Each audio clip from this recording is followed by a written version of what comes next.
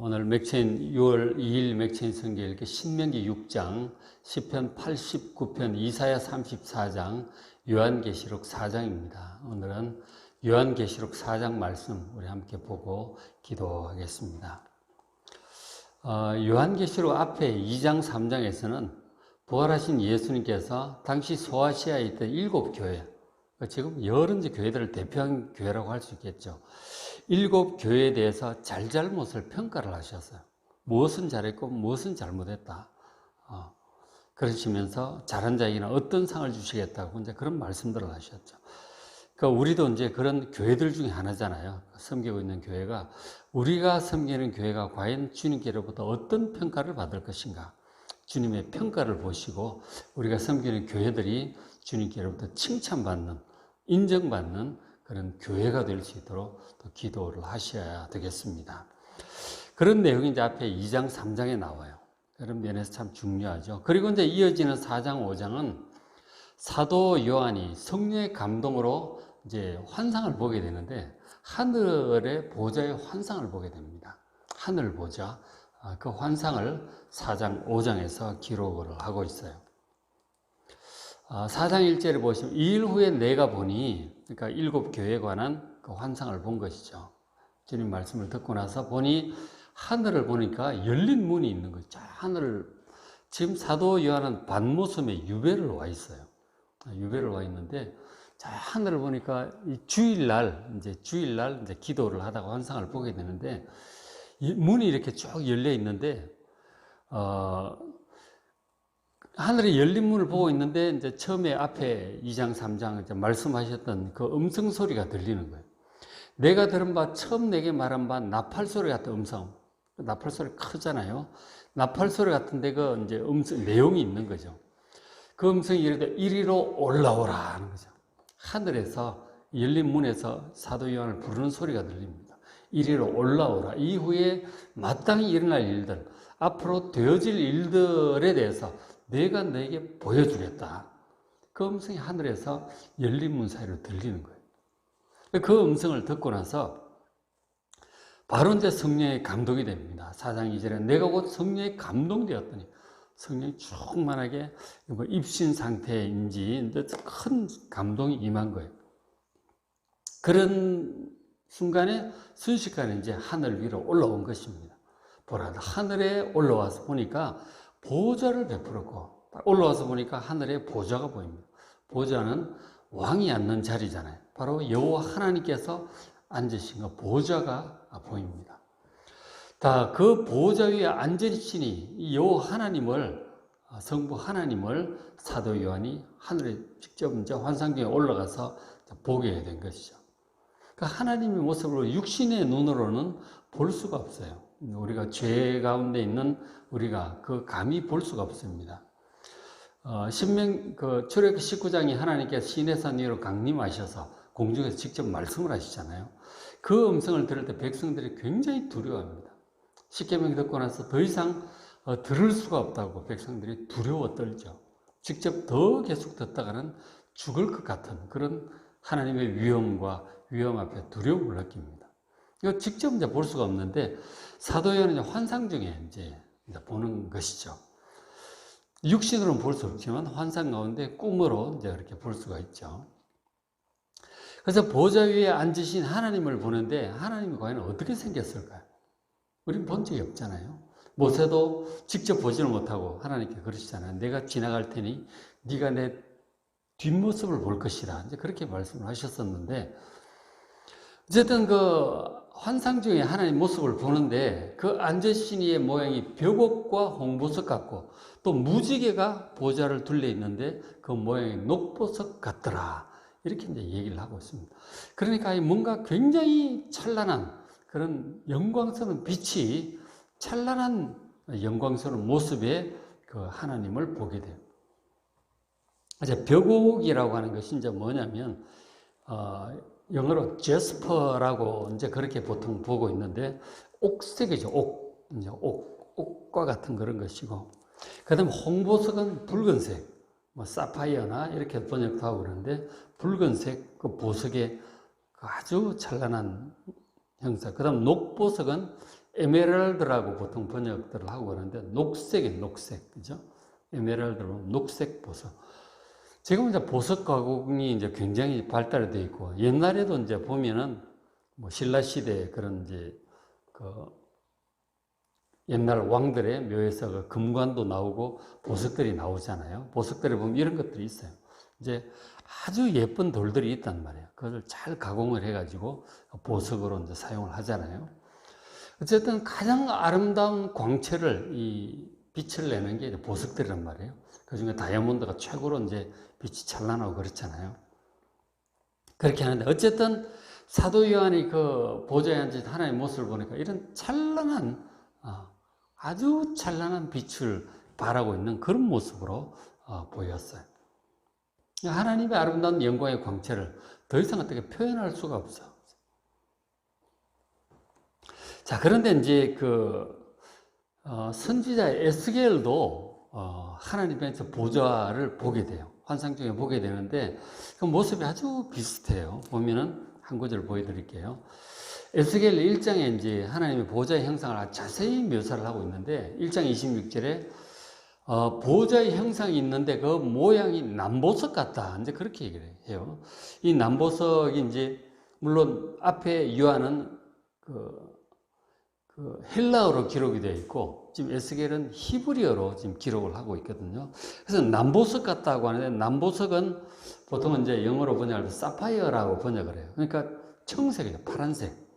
그런 어떤 광채를 보게 돼요. 어쨌든 이제 보석과 같이 찬란한 광채를 하나님에게서 보게 돼요. 그리고 이제 남보석 같고 그 보좌의 형상 위에 한 형사 보좌에 누가 앉아 있어요. 근데 사람의 모양 같더라. 사람 같은데 이제 찬란한 보석으로 광채가 나니까 뭐 정확히 이렇게 우리가 보듯이 그렇게 보이진 않죠. 찬란한 이제 사람 같은 형상에서 찬란한 빛이 납니다. 그리고 이제 그 27절에 그 생략을 해놨는데 보시면은 허리 위의 모양은 단 쇠와 같다. 그러니까 벌겋게 달아있는 쇠 있죠. 그런 모습. 그 허리 아래도 불꽃과 같다. 이제 그렇게 표현을 하고 있고. 어쨌든 정확히 잘 보이죠. 너무나 밝고 찬란한 그런 모습을 보게 됐죠. 그 28절에 그 사방 광채 모양은 비 오는 날 구름이 있는 무지개와 같더라. 무지개가 이제 가끔 보이는데 보면 아주 다양한 색깔이 찬란하잖아요. 여호와의 영광의 형상의 모양이라 그렇게 명백히 얘기를 해주고 있습니다. 바로 여호와 하나님의 형상을 그 영광스러운 모습을 에스겔 선지자도 보좌에 앉아있는 그 하나님의 모습을 보게 되죠. 그리고는 그 하나님께서 말씀하시는 내용을 에스겔 2장부터 쭉 기록을 하고 있는 거예요. 그 에스겔이 처한 상황 그리고 사도 요한이 처한 상황이 뭐 다르긴 하죠. 그러나 그 상황에 맞는 말씀을 하나님께서 그 택한 종들에게 이제 말씀을 하시는 거죠. 그리고 어쨌든 사도 요한이 그런 에스겔이 보았던 그 하나님의 형상의 모습을 환상 중에 동일하게 보고 그 말씀을 이제 듣고 이제 기록을 하고 있는 것이죠. 그 다음에 이제 사도 요한이 본 환상을 이제 계속 좀 보면 4장 4절에 또 보좌에 하나님의 보좌 주변을 이렇게 보게 되었는데 보좌 주변에 이제 뭐가 있는지 보시면은 크게 세 가지를 보게 돼요.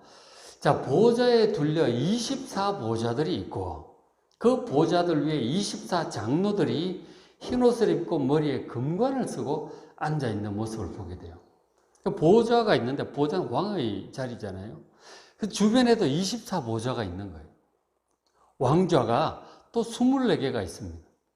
거기에 이제 24장로들, 장로라고 하는 표현을 이제 백성들 중에 어른을 얘기하는 거죠.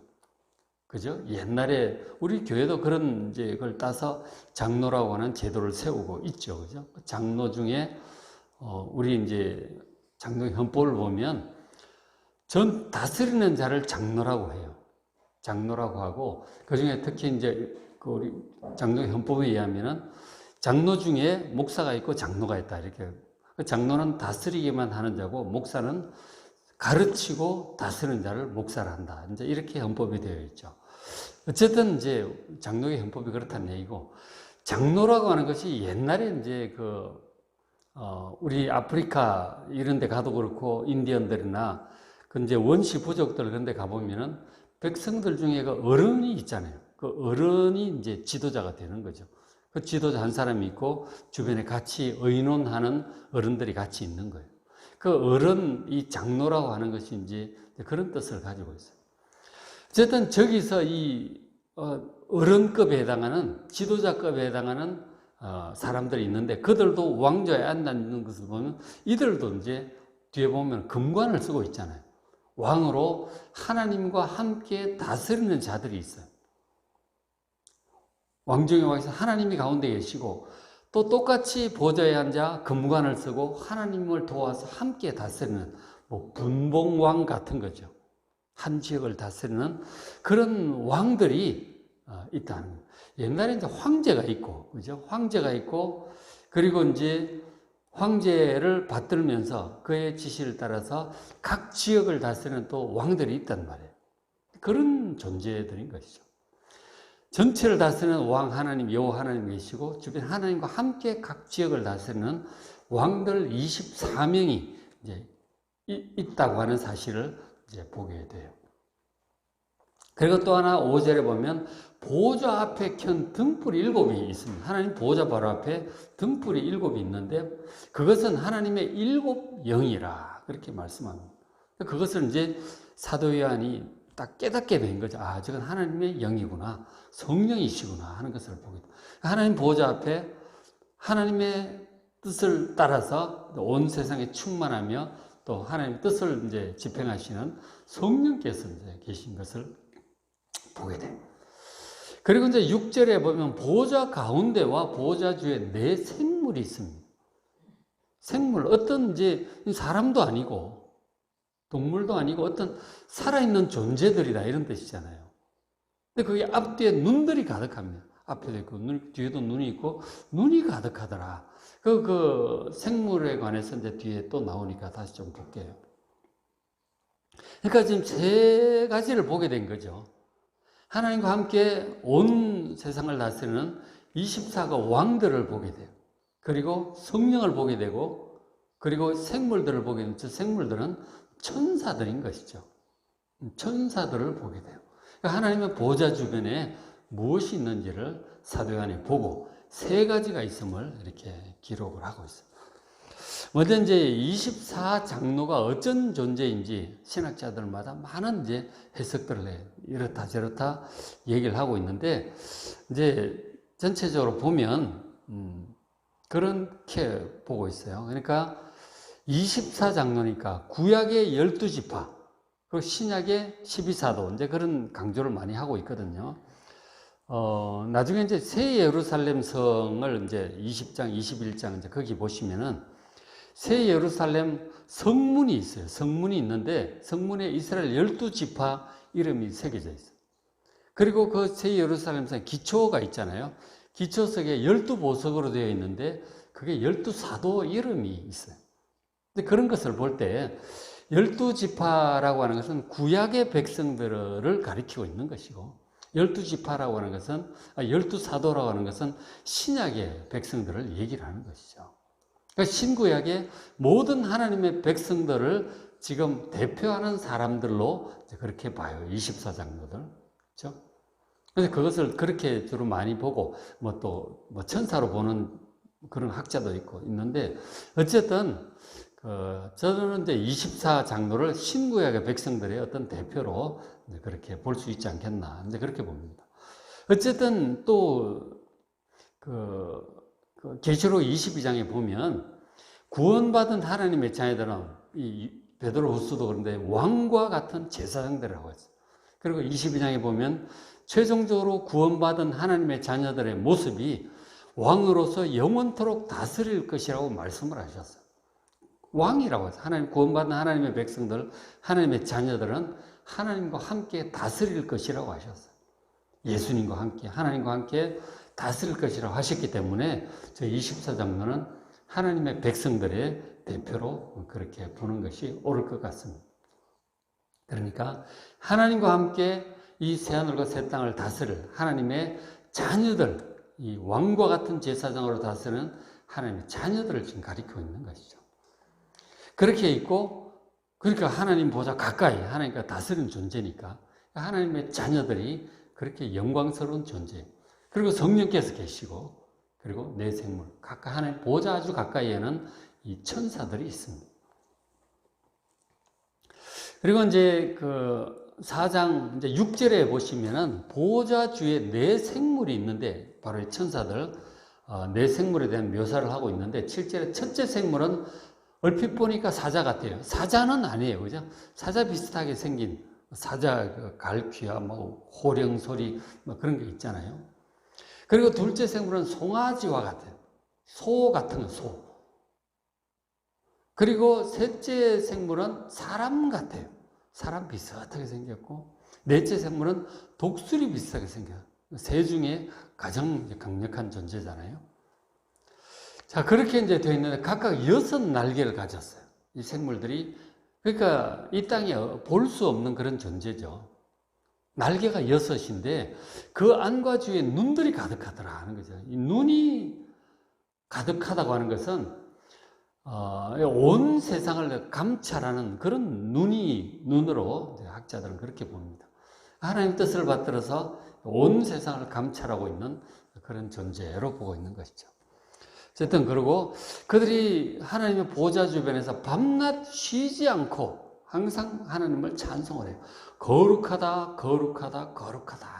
하나님을 찬송합니다. 주 하나님 곧 전능하시니여 전에도 계셨고 이제도 계시고 장차 오실이라. 영원토록, 영원 전부터 계시며 지금도 다스리시고 영원토록 다스리실 바로 그분임을 찬양하고 있는 것이죠. 영원히 찬양받으시기에 합당하신 그 하나님이심을 지금 천사들이 찬송을 하고 있는 것이죠. 저 비슷한 모습을 이사야도 봅니다. 이사야 6장에 보면 이사야 선지자도 성전에서 기도를 하다가 자 높이 들린 보좌를 그 발치를 바라봐요. 그리고 옷자락이 성전에 가득 했다고 합니다. 그 위에 이제 그 위쪽은 잘 못 본 것 같아요. 그 보좌 아래쪽에 하나님 옷자락이 성전에 가득한 그런 환상을 본 거죠. 성전에서 기도하다가 그 성전에 하나님께서 거하시는 그 모습을 보게 된 거죠. 근데 거기에 이제 천사들이 있는데 그 천사들이 6날개를 가졌어요. 둘은 날고, 둘은 얼굴을 가리고, 둘은 발을 가리었어요. 그리고 날면서 이 천사들이 찬양을 하는데 거룩하다, 거룩하다, 거룩하다. 그리고 찬송을 해요. 그러니까 바로 이 사도 요한이 본 환상과 같은 그 모습을 이사야 선지자도 보았던 것이죠. 그런데 이사야 선지자는 그 천사들을 스랍이라고 표현을 해요.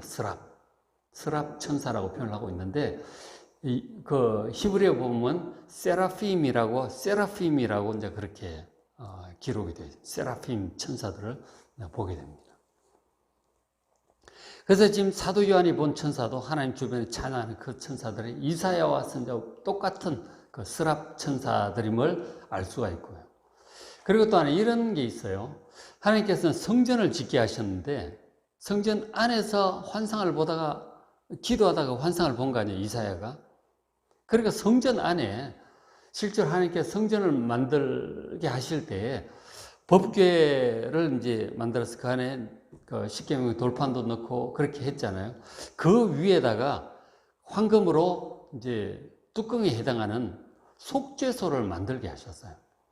금 황금으로 된 속죄소를 만드는데 속죄소 양쪽 위로 이렇게 천사 둘을 조각을 하게 하셨어요.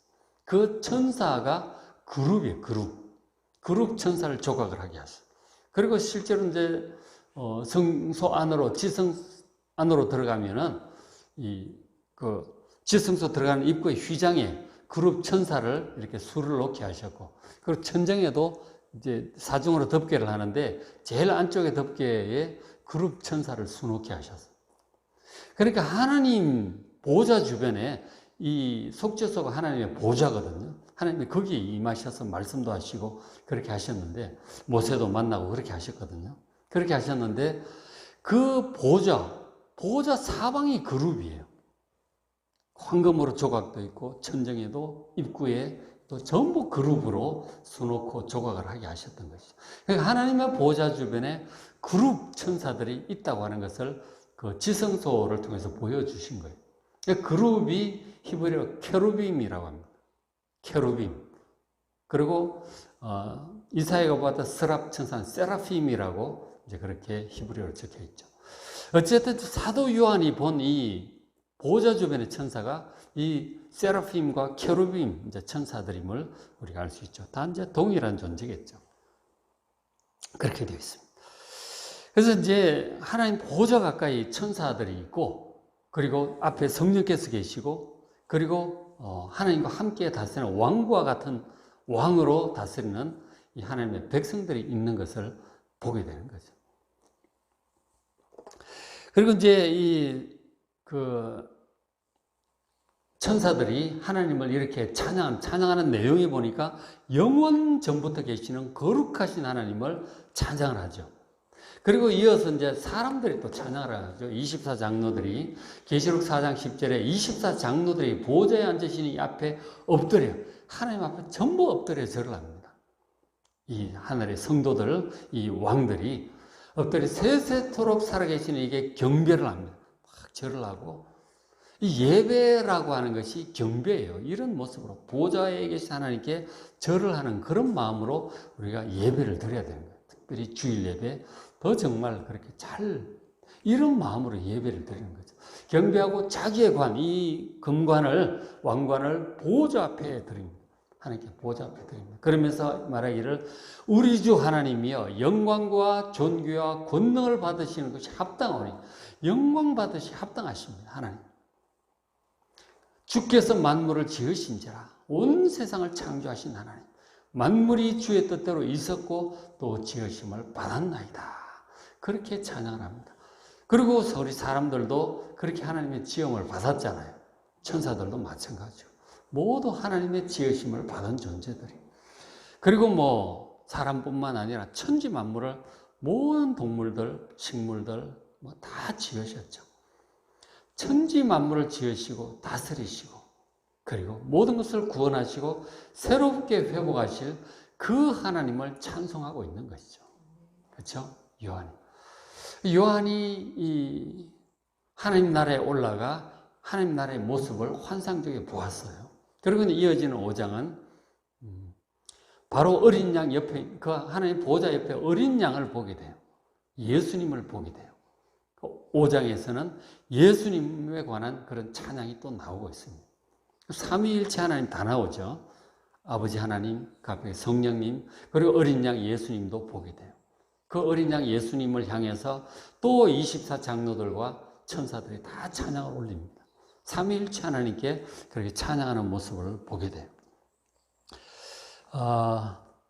그래서 우리가 신앙생활을 할 때 지금 이 말씀을 왜 보여주느냐 하면, 이 천지에 계신 이 하나님께서, 이 하늘에 계시는 삼위일체 하나님께서 이제 이루어질 마지막 일들이죠.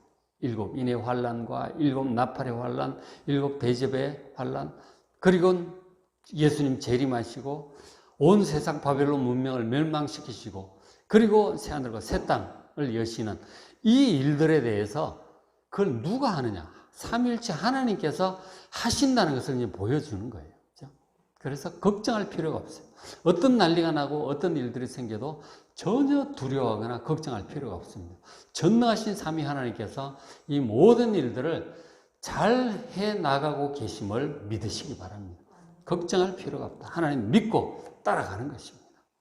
그래서 우리가 특별히 또 신앙생활 할 때 사느라고 바빠가지고 이 땅의 일들만 주로 생각을 많이 하잖아요. 노느라고 바쁘고 일하느라고 바쁘고 염려하느라고 마음이 바빠. 그렇게 땅만 자꾸 쳐다보고 우리가 살게 되는데, 정말 영적인 눈을 들어서 하늘을 쳐다보면서 살아야 됩니다. 그래서 이 4장 5장 그런 면에서 굉장히 중요해요. 하늘이 있다. 하나님이 계신다. 온 천하 만물을 역사를 다스리고 계시는 하나님을 기억을 하고 묵상을 하시고, 결국은 역사가 끝이 나고 우리 인생이 끝나고 하나님 앞에 올라가서 그 하나님, 삼위 하나님 만나게 될 것입니다. 그래서 하늘을 바라보며 믿음의 눈으로, 마음의 눈으로 하늘을 바라보며 살아가는 여러분 되시길 바랍니다. 그래서 오늘 맥체인 성경 읽기 신명기 6장 보시고 시편 89편, 이사야 34장, 요한계시록 4장 성경 말씀을 꾸준히 읽으시면 전체 하나님의 뜻을 좀 잘 깨달을 수 있게 될 것입니다.